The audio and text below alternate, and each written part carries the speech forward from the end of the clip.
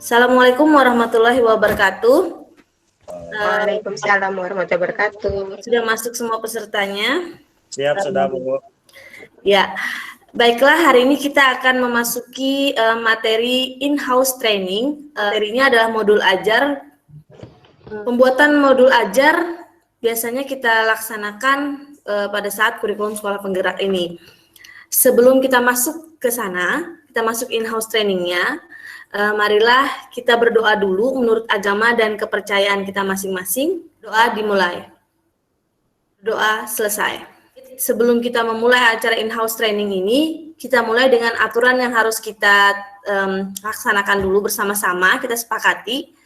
Sebenarnya saya bukan menggurui atau apa, kita sama-sama sharing pendapat tentang bagaimana tentang pembuatan atau perancangan modul ajar pada kurikulum sekolah penggerak ini.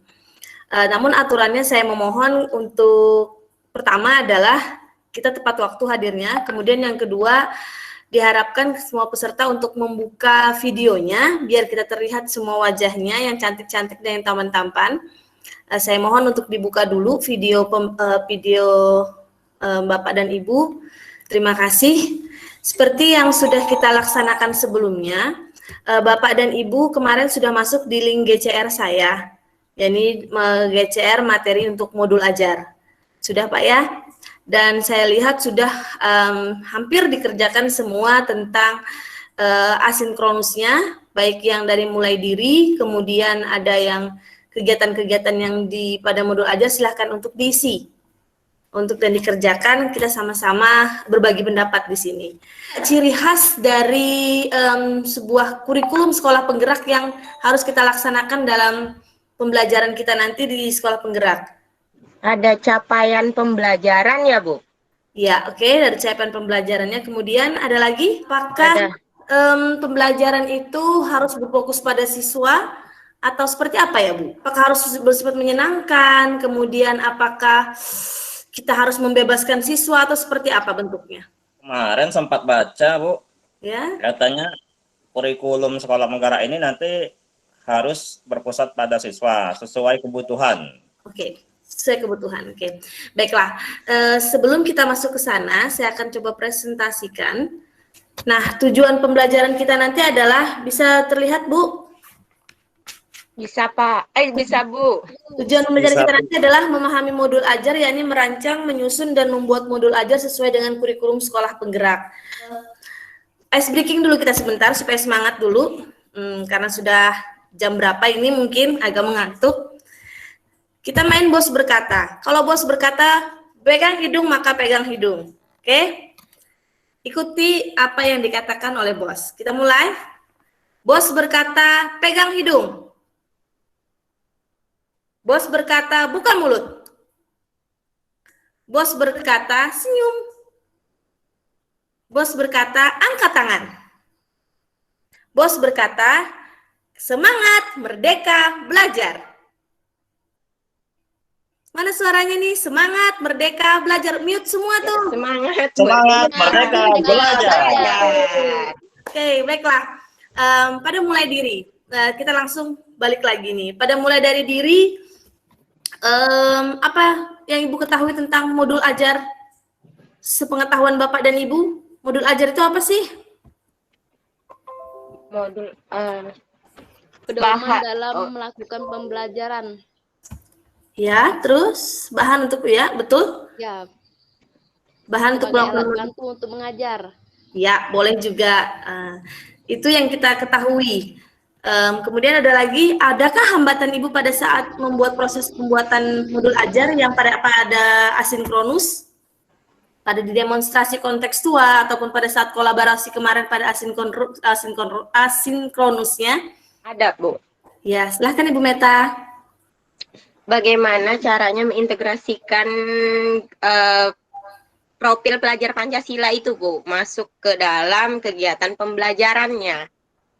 Iya, baik. Terima kasih Ibu Meta. Bisa ditanggapi oleh teman yang lain?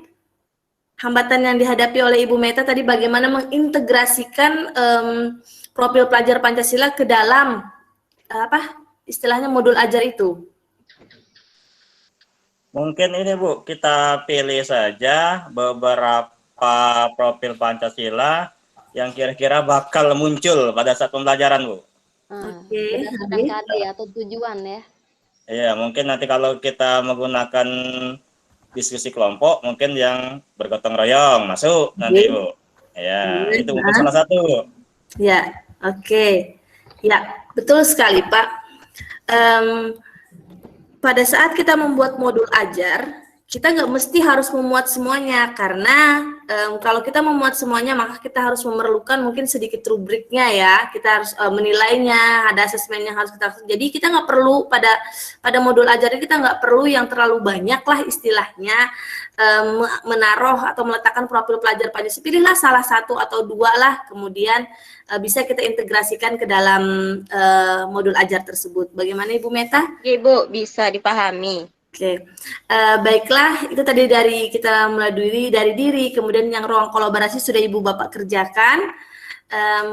Bisa nanti sekalian kita mengerjakan dulu, silahkan dibuka di GCR-nya, ada eksplorasi konsep untuk modulnya yang sudah Ibu Bapak pelajari, ada sedikit kuis untuk Bapak dan Ibu.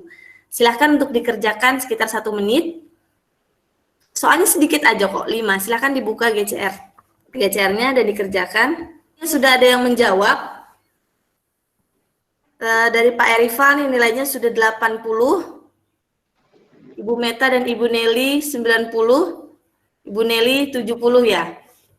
Oke. Dari yang Ibu pelajari yang di kuis, apa sih yang Ibu ketahui tentang modul ajar tadi? Bisa disampaikan?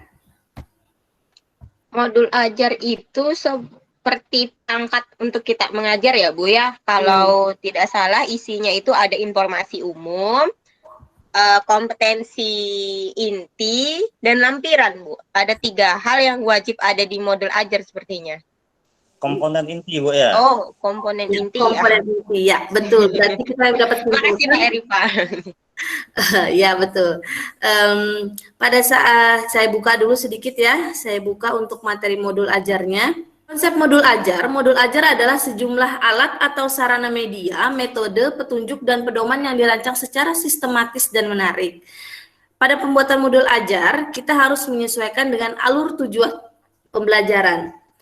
Dalam alur tujuan pembelajaran, harus ada capaian pembelajaran yang disesuaikan dengan profil pelajar Pancasila. Modul ajar pun disusun sesuai dengan fase atau tahap perkembangan peserta didik. Nah, ini tadi yang disebutkan oleh Ibu Meta ya, komponen modul ajar. Ada informasi umum, kompetensi inti, dan lampiran. Nah, kemudian modul ajar yang bagaimana sih yang harusnya kita integrasikan di sekolah kita ya Pak ya? Modul ajar seperti apa yang Bapak Ibu inginkan untuk integrasikan di sekolah Bapak Ibu?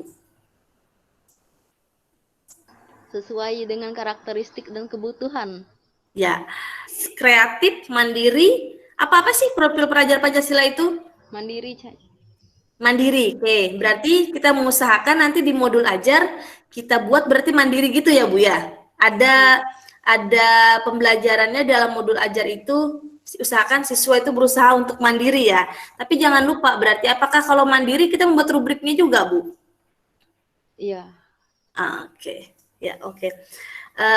Saya akan coba tampilkan dari hasil pekerjaan Bapak dan Ibu, mungkin yang didemonstrasi kontekstual ya. Demonstrasi kontekstualnya, kalau nggak salah, saya kemarin memeriksa ada punyanya Pak Erifal, kalau nggak salah nih. Punya Pak Erifal. Bisa kita tanggapi nih hasil demonstrasi kontekstualnya.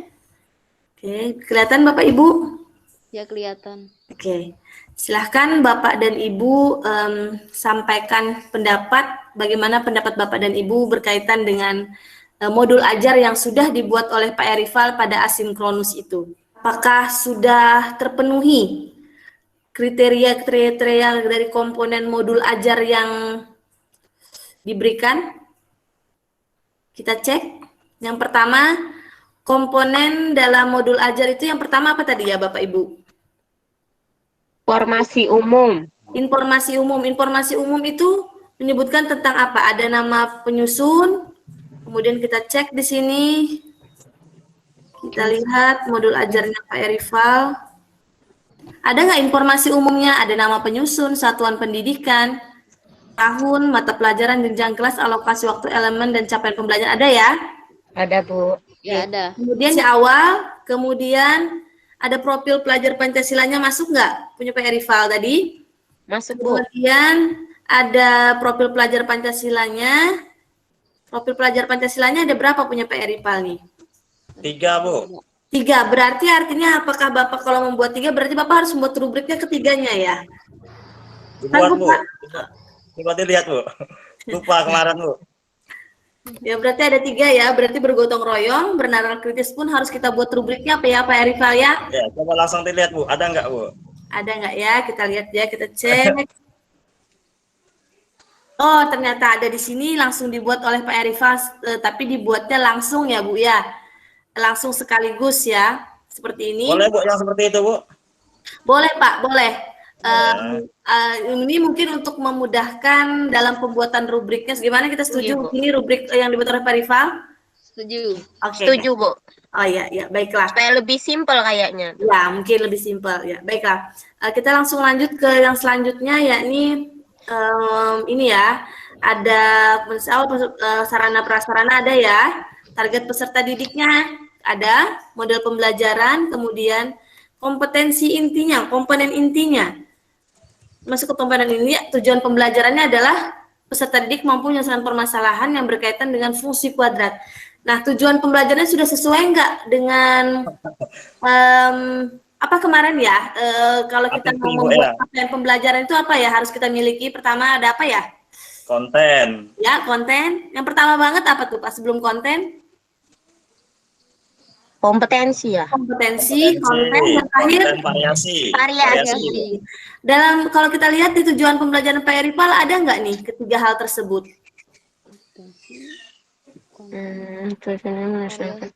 Variasinya aja, Bu, nggak ada kayaknya. Ya, variasi. Apakah variasi itu boleh ditinggal Bapak Ibu? Karena itu kriteria kayaknya untuk yang paradigma baru ini harus ada variasinya kayaknya, Bu. Oh iya, tapi variasi pun mungkin tidak terlalu menuntut ya, karena akan double mungkin enggak ya? Atau bisa enggak, Bu, nanti pada saat pelaksanaan pembelajaran, nanti kan permasalahan yang berkaitan dengan fungsi ini banyak, Bu. Ya. Mungkin cara mengerjakannya anak yang berbeda-beda, tapi tidak tercantum di tujuan. Nah, berarti tapi kalau bisa nanti Pak Erifal ya ada, berarti kan dari anak yang berbeda-beda harusnya dengan misalnya sesuai dengan kemampuan mereka sendiri ya. Kalau bisa itu Bu ya. Atau dengan metode yang berbeda boleh Bu ya. Betul Pak Erifal, boleh. Kayaknya sepertinya Bu Meta ya. Kayaknya Bu. Ya. Baiklah, sekarang yang kita ke bagian pemahaman bermaknanya ada ya ini ya. Kemudian ada pertanyaan pemantik. Kemudian persiapan pembelajarannya ada, dan ini adalah kegiatan pembelajaran langkah-langkahnya. Tadi kita modelnya pakai apa ya Pak ya? Language learning. Oke. Oke. Ada nggak di dalam kegiatan pembelajaran Pak Erifal ini? Fase Pak ya? Ada. Ada. Ini fasenya ya, ada Pak ya. Kemudian ini adalah asesmennya dari yang gotong royong, dari rubriknya kita buat. Oke. Nah, dan ini adalah instrumennya untuk asesmen formatif dan kognitif ya, nanti asesmen formatif dan sumatif. Oke. Nah, dari sini apa yang sudah Ibu dapatkan tentang modul ajar tadi? Ada nggak maksudnya keterkaitannya, Pak? Pada modul ajar misalnya harus seperti apa pada kurikulum sekolah penggerak ini? Kan modul ajar tadi dia harus merdeka belajar ya Bu ya? Betul. Nah, merdeka belajar itu kan salah satunya ya yang profil Pancasila itu ya? Ya, betul. Nah, kan di modul ajar yang baru ini ada profil pelajar Pancasilanya. Kayaknya terkaitannya itu deh Bu. Oke, berarti kita simpulkan ya. Mungkin maksud Bu Meta tadi adalah pada modul ajar ini ada tambahannya tadi kita harus merdeka belajar, bisa terintegrasi di dalam situ ya keterkaitan materinya. Kemudian ada profil pelajar Pancasila yang harus kita masukkan di dalam modul ajar tersebut ya kan, gitu ya Bu, dan usahakan adalah pada modul ajar tersebut ada rubrik yang harus kita laksanakan. Nah, kemudian pada bagian selanjutnya adalah tadi kita sudah bahas tentang ini ya, kompetensi inti, target peserta didiknya yang diharapkan, peserta didik reguler atau tipikalnya, kemudian tidak ada kesulitan, kemudian model pembelajaran, kemudian tujuan pembelajarannya, ya harus ada, kemudian pemahaman bermakna tadi sudah, kegiatan pembelajaran dan asesmen. Nah dan terakhir adalah pengayaan dan remedial. Pengayaan adalah kegiatan pembelajaran yang diberikan pada peserta dengan capaian tinggi. Sedangkan untuk remedial diberikan kepada peserta yang membutuhkan bimbingan, ya kan? Berarti dia harus membutuhkan bimbingan. Seperti apa terkadang Bapak dan Ibu memberikan bimbingan kepada siswanya yang remedial? Memberikan tugas, Bu. Ya, apakah Bapak dan Ibu juga membuat instrumen asesmennya? Iya, untuk mengetahui hasil dari pekerjaan mereka. Oke, ya baiklah. Ada tambahan lagi, Pak Eripa atau Bu Meta? Kalau saya, Bu, kalau yang remedialnya lebih dari separuh, ngulang materi, Bu. Ulang materi kalau lebih dari separuh ya Pak ya? Tapi kalau yang remedialnya tidak nyampai separuh sedikit, hanya dikasih tugas, Bu. Hanya penugasan saja. Iya. Kalau Ya, Ibu Meta, itu. ada pengalaman Ibu Meta bagaimana? Kalau remedial? Jadi, sama seperti Pak Eripal, tergantung berapa persentase yang remedial, Bu. Kalau memang banyak ya diulang lah materinya, pembelajarannya. Kalau cuma sedikit, mungkin saya melakukan cukup diberi tugas aja sih. Idealnya itu ditanyakan di mana letak tidak bisanya, kenapa, mungkin seperti itu ya Bu ya, tapi keseringan itu diberi tugas. Oke. Kemudian kita lanjut lagi, berarti untuk remedial tergantung dari persentase. Kalau persentasenya banyak, saya simpulkan tadi ya, persentasenya banyak berarti siswanya akan diberi remedial pembelajaran ulang, tapi kalau siswanya sedikit ya berupa tugas aja ya Pak ya, Bu ya. Iya. Oke. Baiklah. Boleh nggak, Bu? Boleh Pak, boleh banget Pak. Boleh, ya. Kita yang ngatur di sana, tapi kita tetap berfokus bahwa siswa supaya dia menyenangkan. Kemudian baiklah, sekarang kita balik lagi, yaitu kelampiran. Lampiran ada LKPD, berarti sudah tadi ya Pak Erifal, ada dijelaskan LKPD-nya Pak Erifal ya. Ya, Bu. Kemudian ada bahan bacaan gurunya disebutkan juga. Kemudian ada glosarium dan daftar pustakanya. Ya, baiklah. Saya akan menyimpulkan sedikit ya. Ini pada komponen modul ajar ada informasi umum yaitu dana sekolah, kompetensi awal, profil pelajar Pancasila, Sarpras, target peserta didik dan model pembelajaran. Pada kompetensi inti, tujuan pembelajaran bermakna, penulisan pemantik, kemudian ini ya. Persiapan pembelajaran, kegiatan, asesmen, pengayaan, dan remedial, refleksi peserta didik. Lampiran ada di LKPD, kemudian bahan bacaan guru, glosarium, dan daftar pustaka. Baiklah, mungkin sampai yang ini, ada pertanyaan lagi sampai di sini Bapak dan Ibu berkaitan dengan komponen modul ajar, atau cara pembuatan modul ajarnya? Berarti modul ajar ini, kalau dulunya RPP ini Bu ya? Ya, sepertinya seperti itu Pak istilah. Ganti nama ini Bu. Kayaknya ganti nama Pak. Iya, bayangan kita itu kan modul ajar itu seperti ya buku baca, bahan bacaan materi atau apa. Ya, mungkin kalau pada saat kita kurikulum 2013 biasanya itu kita memikirnya modul ajar adalah bahan bacaan kan Pak ya? Iya. Nah, ya betul. Bagaimana? Berarti kan kalau pada kurikulum penggerak berarti dia berupa RPP ya Pak ya? Iya, Bu. Seperti RPP. Ya, silahkan Bapak buka, ada Ibu dan buka lagi di GCR-nya, ada di situ adalah bagian elaborasi, koneksi dan materi. Itu silahkan dikerjakan kuisnya 1 menit. Saya yakin pasti bisa nih. Waktunya sudah selesai. Linknya yang hebat yang pertama nih Bu Nelly nih, dapat nilai 100 nih. Buat Bu Nelly. Bu Nelly, Pak Erifal, disusul Pak Erifal, Ibu Meta, Bapak dan Ibu, mungkin saya akan menarik benang merah bahwa di sini modul ajar itu adalah berupa RPP ya, kalau untuk pada kurikulum sekolah penggerak. Kemudian dia adalah sejumlah alat atau sarana media, metode, petunjuk, dan pedoman yang dirancang secara sistematis dan menarik. Komponen modul ajar ada informasi umum, kompetensi inti, dan lampiran. Kemudian ini ada pada informasi umum ada identitas modul, kemudian kompetensi awal, profil pelajar Pancasila, sarana prasarana, target peserta didik, model pembelajaran. Kemudian pada komponen inti ada tujuan pembelajaran, pemahaman bermakna, pertanyaan pemantik, kegiatan pembelajaran, asesmen, dan pengayaan dan remedial. Kemudian pada lampiran ada LKPD, bahan bacaan guru, glosarium, dan daftar pustaka. Oke, saya rasa mungkin cukup sampai di sini. Untuk aksi nyatanya, saya minta nanti kepada Bapak dan Ibu untuk menerapkan modul ajar yang sudah Bapak dan Ibu buat. Kemudian Bapak dan Ibu bisa mengirimkannya lewat akun GCR ini buat video pembelajarannya, Pak.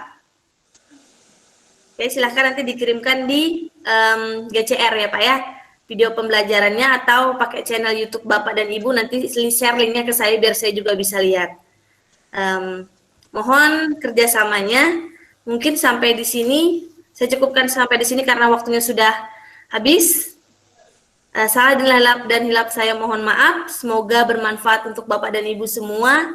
Assalamualaikum warahmatullahi wabarakatuh. Tetap semangat dalam melaksanakan kurikulum sekolah penggerak. Salam merdeka belajar, semangat merdeka belajar. Untuk terakhir, bagaimana kalau kita menunjukkan semangat merdeka belajar sama-sama? 1, 2, 3. Semangat merdeka belajar. Salam merdeka belajar. Salam. Assalamualaikum warahmatullahi wabarakatuh.